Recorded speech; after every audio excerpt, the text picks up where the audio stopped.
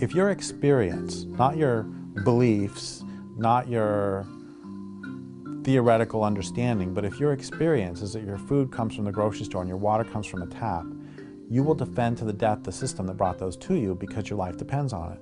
If, on the other hand, your food comes from a land base and your water comes from a river, you will defend to the death the land base and the river because your life depends on it. And so that's one of the things that has happened, is that we have had our allegiance and our loyalty and our life dependence transferred away from the living planet and over to this capitalist system. So, we can ask ourselves, well, given the danger of climate change, and given that we have adequate solutions with existing technology to supply the energy that we're even using, which is excessive, but we can even supply that through renewable sources, why aren't we doing it? And so the answer is capitalism. Capitalism is based on profit and inequality, because obviously some are going to get rich, some are going to be poor. So it's based on the system of inequality, which always means domination. So it is a rule of money. And as the ancient Athenians knew, which many of us apparently don't know, the rule of money is not the rule of the people. Democracy means the rule of the people. Oligarchy is often the term used for the rule of money. Oligarchy means the rule of the few, literally. But Aristotle explained the wealthy are always the few, and the poor are always the many. So the rule of the few is the rule of the wealthy. Our lot in life isn't due to God's will. Instead, it's the market forces. So the market has rewarded the billionaires. The market has punished you because you're poor. So the market forces are portrayed as some sort of objective force that works for the common good of everyone. But in reality, the market was man-made. It was created by human beings, and it's manipulated by the rich to serve their own interests. So they basically run the government through their lobbyists, and they deregulate their own industries. They create rules which will enrich themselves. They create policies which requires the government to buy services from them to enrich themselves further. So this market force, which serves as kind of a moral, the moral basis of capitalism, kind of contributes to the role of capitalism as a kind of a religious force. It's very hard for people to get past that. In fact, many people, I would say probably most people, can more easily imagine the end of the world than they can imagine the end of capitalism. And our whole political system is one of bribery. I mean, contributions. Contributions are bribery, unless they're small. If I give $5 to a senator, obviously I don't think I'm going to have access and control, and so that's not bribery, because I'm not going to get anything for my $5, and I know it. And the same people will give $10, but the people who give thousands and thousands, this is bribery. I'm saying, I'm giving you money if you pass the laws I want. But it's legal bribery, though some of it is illegal too.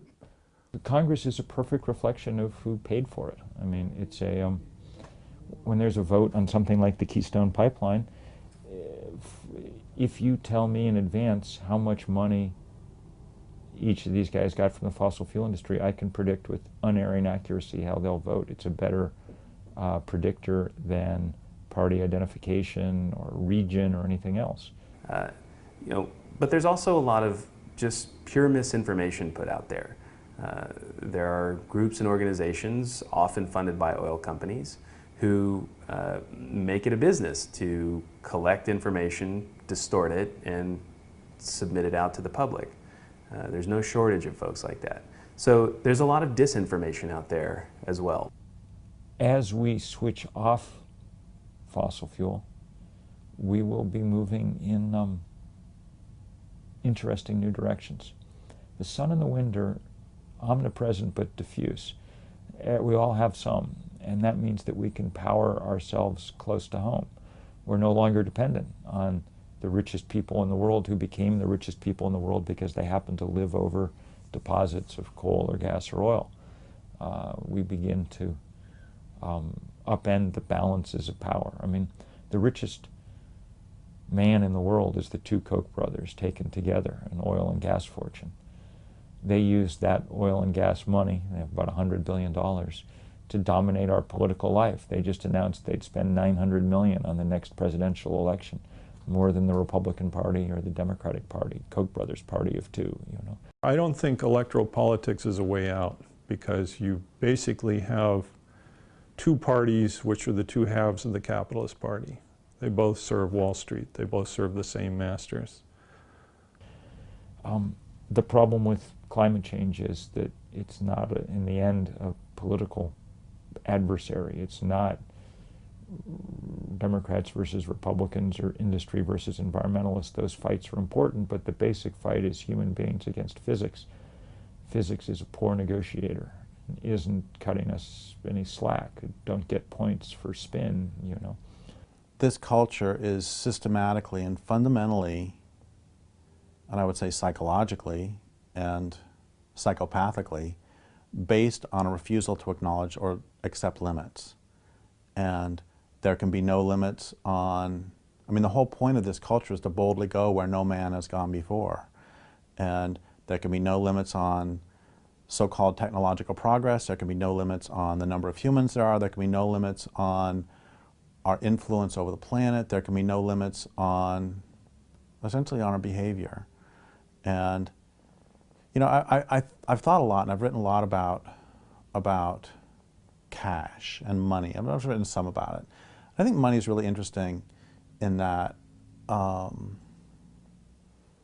let's say that I'm going to attempt to acquire resources and we don't have a cash economy, and I'm going to acquire, say, all the fish. The thing is, the fish are going to rot. But there's a great thing about money, which is it doesn't rot, and you can accumulate infinite amounts of it. And because it's entirely abstract, it means you can keep accumulating essentially forever. Even if you were going to try to accumulate gold or something that doesn't rot, there still is a physical limit as to how much you could get.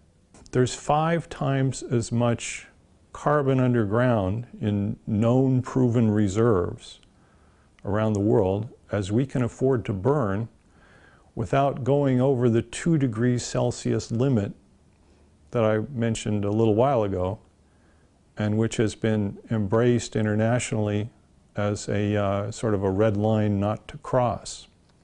That means we would have to leave at least 80% of it underground, untouched. Well, how much is that 80% worth? Well, it's around $20 trillion, give or take. So does anybody seriously believe that Wall Street is going to give up $20 trillion just to save the planet? Fossil fuel industry gets huge subsidies and has for a couple of 100 years. So they have this huge built-up pile of money, infrastructure.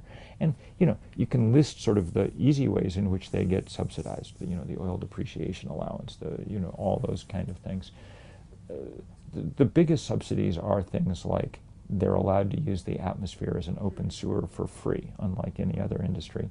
And they get all the rest of us to pay for defending the supply lines. I mean, you know, nobody's under any illusion that we would have bothered to go fight wars in, you know, Iraq and places like that had there not been oil somehow involved in the whole equation.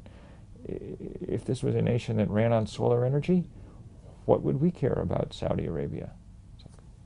Guys, whatever.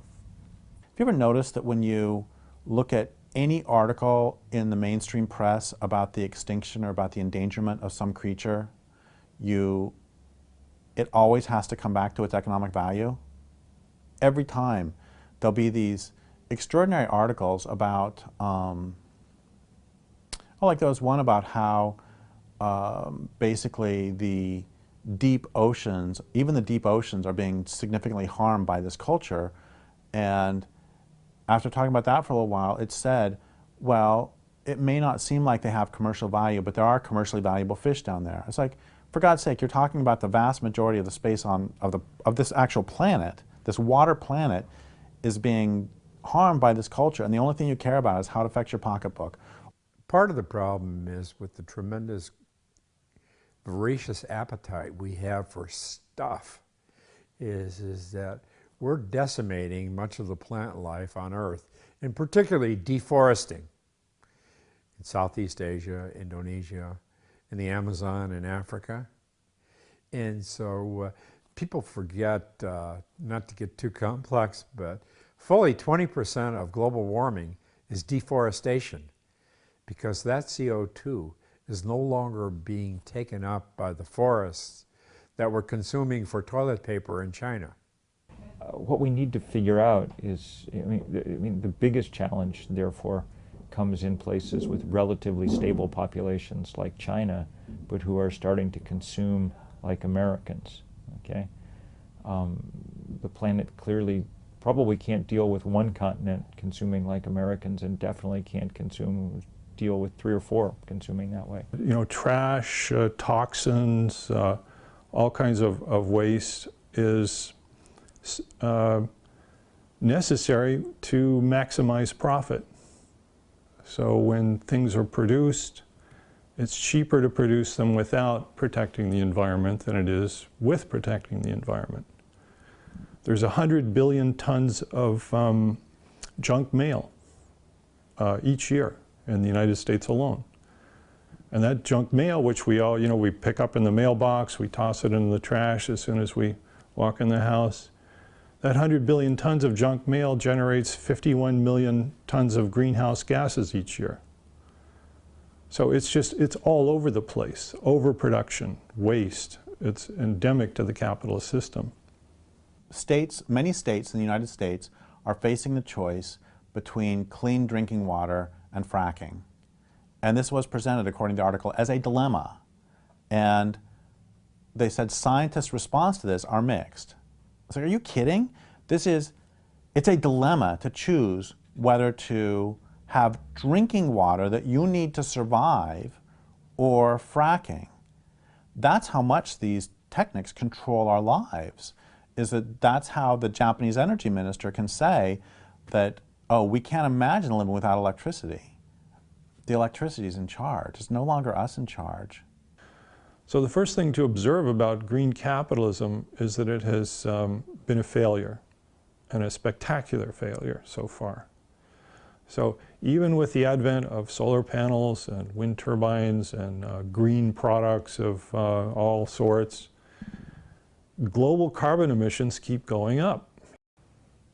Somewhere in the last, say, 20 to 30 years, environmentalism has had a dramatic shift for the worse.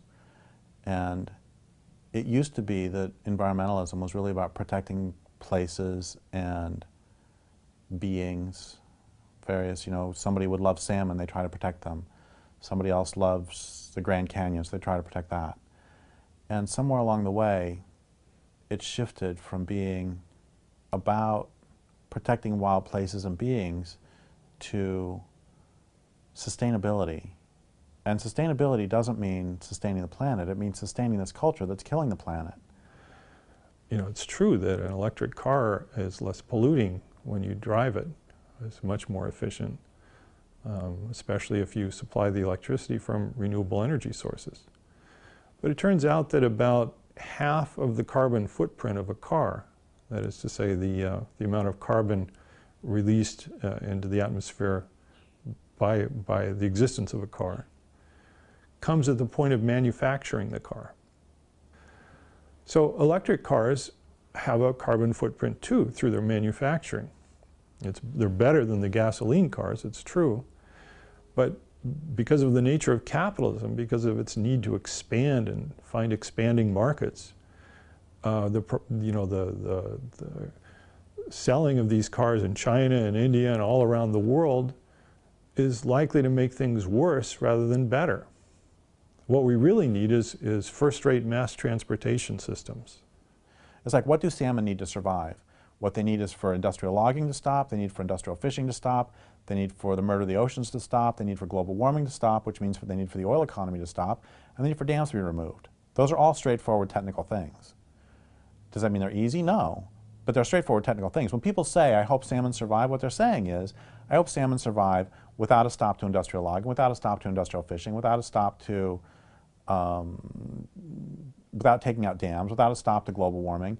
We can say the same thing about global warming. When people say, gosh, I hope global warming doesn't do this, it's like, what will it take to stop global warming? Well, the industrial economy needs to stop. So if we really want to reach zero emissions across the world, that's going to take extraordinary measures that go far beyond just renewable electricity generating plants, solar panels and wind turbines. So even if we generated all of the world's electricity through renewable sources, we would still be killing ourselves because only about 25% of the global carbon emissions come from electricity and heating. The other 75% comes from other sources. So it comes from a variety of other sources. It comes from industry, it comes from transportation, it comes from agriculture and land use. So the changes have to go across the entire global economy if we're serious about staying below 2 degrees Celsius by the end of the century, and certainly after that too. So that means industries are just going to have to be shut down. You know, like, you know, it's just not just the oil, gas, and coal extraction, but manufacturing of all sorts, paper products. The third biggest industry in the world is packaging, after energy and food. So, you know, think about all the things that you buy that come in boxes that are too big for the thing that it holds. That's part of marketing. You know, they make the boxes bigger on purpose so it looks like there's more stuff inside. So all that stuff you throw away. You know, you buy something in the pharmacy or the grocery store or something, and there's all kinds of paper you throw away. I mean, all kinds of industries like this, wasteful industries, just have to be shut down or scaled way, way back. And other industries have to be open. So there's really no way around socializing the major industries and coordinating production with, you know, with a view towards the carbon emissions that these industries cause. And this is now it's not really a moral imperative so much as a survival imperative.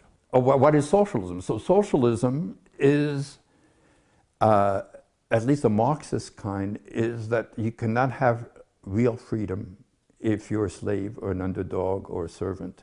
So you have to abolish class distinctions.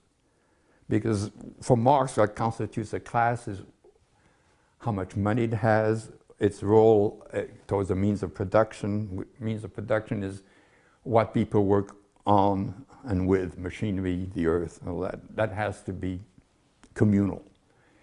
And you cannot have one class that dominates the economy and produces only for its own profit, because that's what capitalism is. You produce for profits. If it's not profitable, you're not going to produce it. The idea of communism or socialism is the opposite. You produce for need. What human beings need, then you manage to produce. And what are luxuries or superfluities or things, or needless armaments, you don't produce that, because it's not a question of profit, it's a question of what human beings need. I don't think capitalism exists because, inevitably because of human nature. I think that there's a range of behaviors in human nature, and that range is manifested not only in a single individual, but across the entire population of human beings. And what capitalism does is it rewards the worst aspects of human nature. So it rewards greed, it rewards aggressiveness in pursuit of the greed, to the extent that wars are almost unavoidable under capitalism. Now, I'm not saying that capitalism causes all wars, because there were wars before capitalism existed. But there are certain kinds of wars which are almost unavoidable under capitalism, and those are resource wars. So, for example, the U.S. invasion of Iraq in 2002 was for the oil.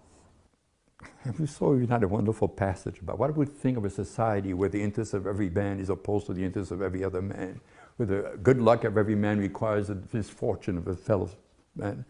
And yeah, if I can only win if you lose, then what kind of attitude are we going to have towards each other? So capitalism engenders animosities and hatred and stifles any compassion. I'm sorry, but I have to destroy your forest, but it's profitable. I don't care where you'll live afterwards, that's not my problem. So when money, in fact, I quote Rousseau again, he says, when profit is the only imperative, it is always more profitable to be a rascal.